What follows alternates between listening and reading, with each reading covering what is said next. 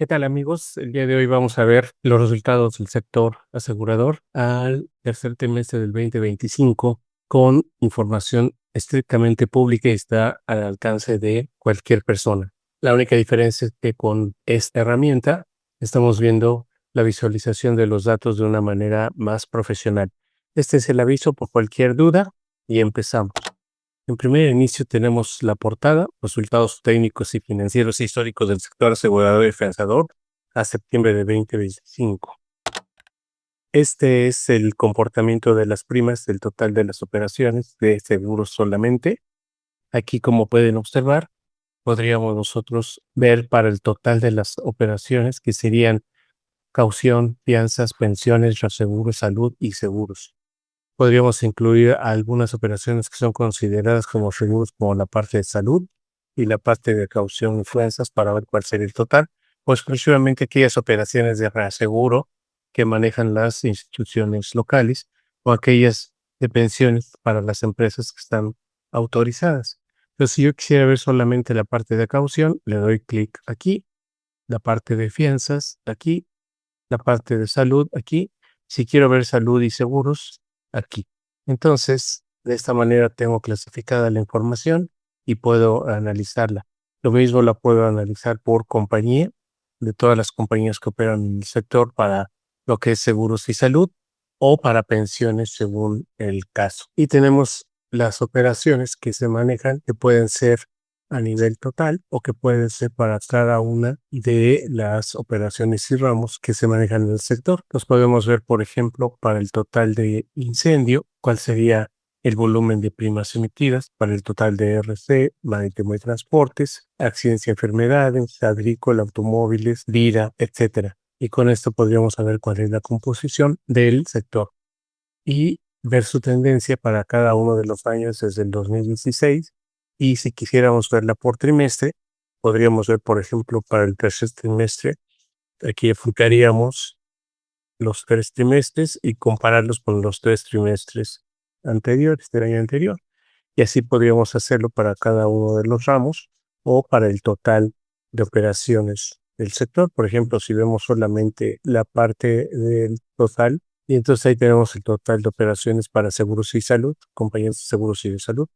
Y si yo quiero ver para compañías de seguros, pues solamente haría clic en seguros.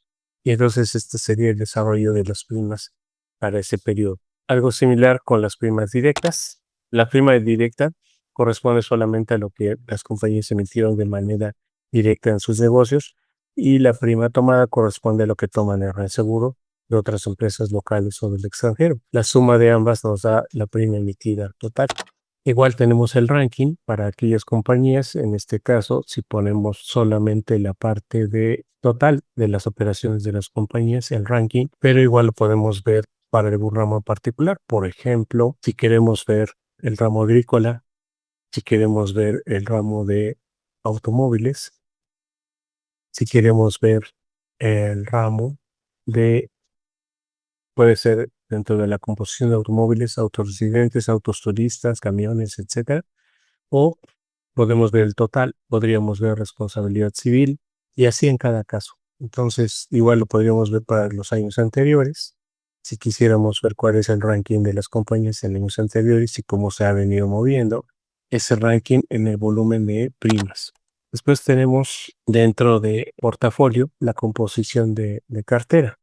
Aquí nos dice a nivel global, para todas las operaciones y ramos, cómo se compone la cartera, y si solo lo queremos ver para seguros, esta sería su composición en seguros, y aquí nos aparecen los ramos en los que está cada una de estas composiciones de los seguros en cuanto a primas se refiere. Igual, si lo queremos ver la composición por compañía, cuál es su especialización o qué ramos manejan, la podremos elegir de aquí sin mayor problema. Después tenemos los índices técnicos, que se refieren a el índice de siniestralidad, el índice de gastos de adquisición, el índice de gastos de administración y el índice combinado, que es la suma de los tres anteriores. Y aquí podemos ver lo mismo para el total o por alguna operación y ramo que se desea analizar. Por ejemplo, para automóviles, cómo se compone el índice, cada uno de esos índices, para el total de diversos, para el total de crédito, para el total de incendio. Entonces, dependiendo del ramo que elijamos, lo podemos ver y lo mismo se puede revisar para cada una de las compañías que componen el sector asegurador. Después tenemos la prima emitida versus la utilidad del ejercicio. Entonces tenemos a las compañías de menor a mayor volumen. El tamaño de la burbuja nos indica el volumen de primas emitidas y si está hacia la derecha es el tamaño de la compañía y si está hacia arriba es la que tiene una mejor utilidad. Después tenemos la composición de primas retenidas y cedidas, aquí siempre sumando el 100%. Entonces, en términos de sus propias carteras, podríamos ver quién cede más negocio al reaseguro o quién retiene el 100% del negocio en su composición de cartera. Después tenemos lo que es propiamente el ROE por compañía.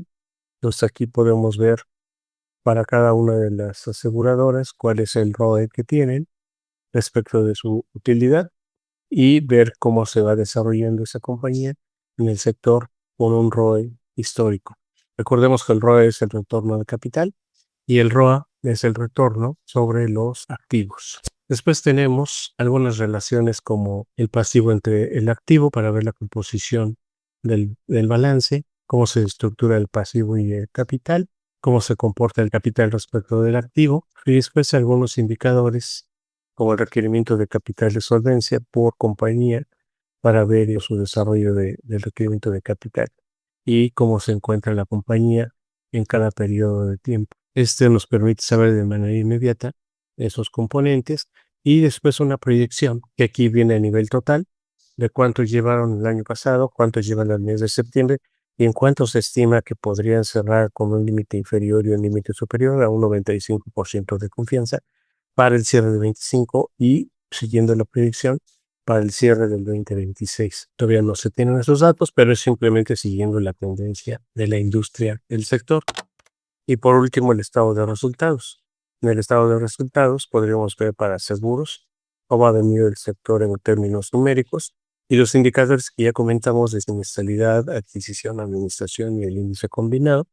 Y lo mismo lo podríamos hacer para cada uno de los ramos que manejan las instituciones.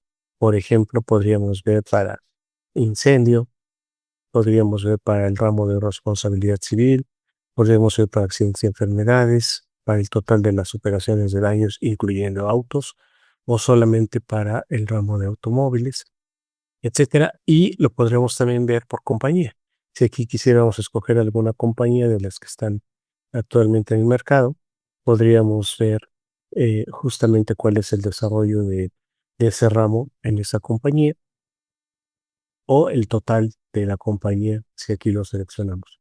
Entonces, como ven, es un tablero muy dinámico, muy versátil y nos puede dar una idea rápida de cómo está el sector asegurador en esos términos. Y por último, el índice Herfindahl, que aquí hay que hacer algunas operaciones adicionales para el tablero, pero nos da rápidamente el nivel de concentración del mercado en algunos ramos o para el total e incluso del sector para ver cómo se encuentra el sector diversificado y si existe algún tipo de concentración relevante en algún ramo o en alguna compañía para analizar cuál sería ese tipo de concentración dentro del mercado. Y bueno, eso es todo por hoy, amigos. Cualquier duda, pues sigo aquí a sus órdenes. Gusto en saludarlos. Hasta luego. Bye.